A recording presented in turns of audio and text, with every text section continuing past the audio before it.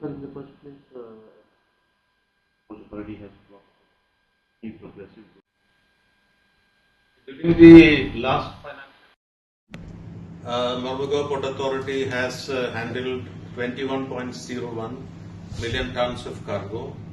Last year the figure was 18.1 million tons, so we have grown by almost 16% this financial year, and that is the highest growth among the major ports. All the major ports have grown totally from 854 million tons last year. It has come to 915 million tons this year. So every major port has grown, but the topmost growth was demonstrated by Mormugao Port Authority. We are very happy about that.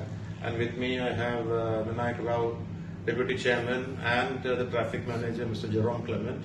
So it has been a brilliant teamwork for this majestic growth this financial year. Sir, any cargo that did very well in this growth of yours? Any specific cargo, or was it all general cargo?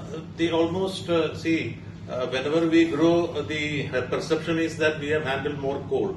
It is not like that. Every year the coal handling is constant as per the consent to operate.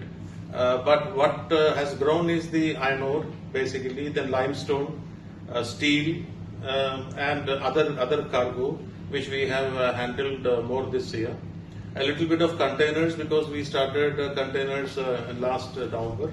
But basically the growth has been in steel, limestone, bauxite, and what else, Jerome? Any other?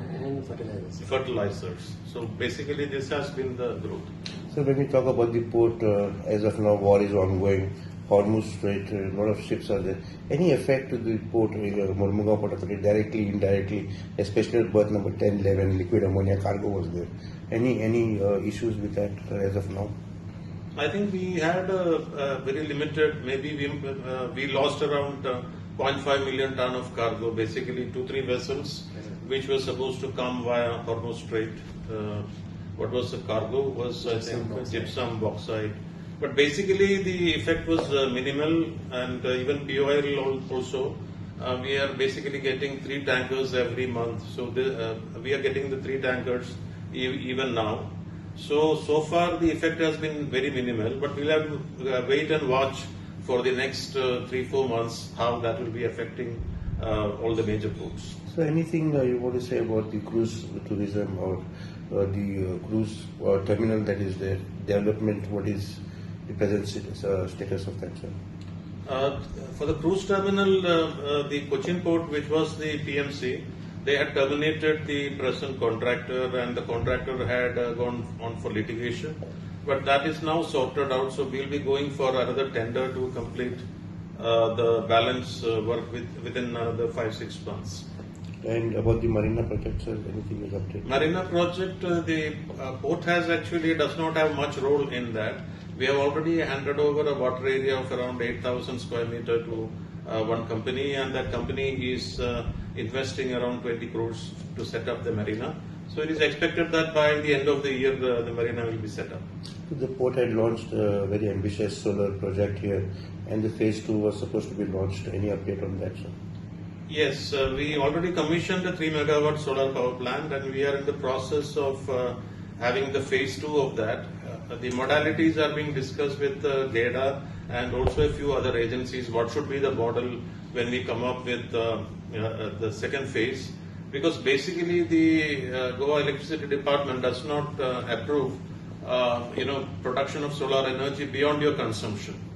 So right now we are meeting the entire requirement through a 3 megawatt solar power plant. So technically we are not allowed to come up with another solar power plant. So we are just having discussions with Goa government also on that, and we'll be coming up with another phase 2, maybe a 3 to 4 megawatt solar power plant again. So there was one ambitious project about the ropeway just connecting Mormugao Port to Donapolo. Some location was also identified. Any update on that, sir? The ropeway is basically a project between the government of Goa and IPRCL, where the port also is a party, but we have already earmarked the landing spot for the ropeway. And the Goa government has to identify similarly at the Donapala end, and the IPRCL has to go ahead with the tender, etc. So I think the DPR has been approved by Government of Goa, but I think some minor changes have been suggested to IPRCL. So it is in the final phase and it has to be expedited by the Government of Goa now. The fishing jetty project at Finger Jetty, there was some issue with the state government planning to give NOC on that. CRZ, anything on that at Kharewada fishery? Kharewada, we are again having discussions with Government of Goa because as per the MOU signed between the port and the Government of Goa, around 32 families had to be rehabilitated. So the modalities of that rehabilitation are being discussed with the Government of Goa because after that discussion and after finalization of a rehabilitation plan, then we have to approach the MOEF for the EC for that project. So that rehabilitation things are being worked out.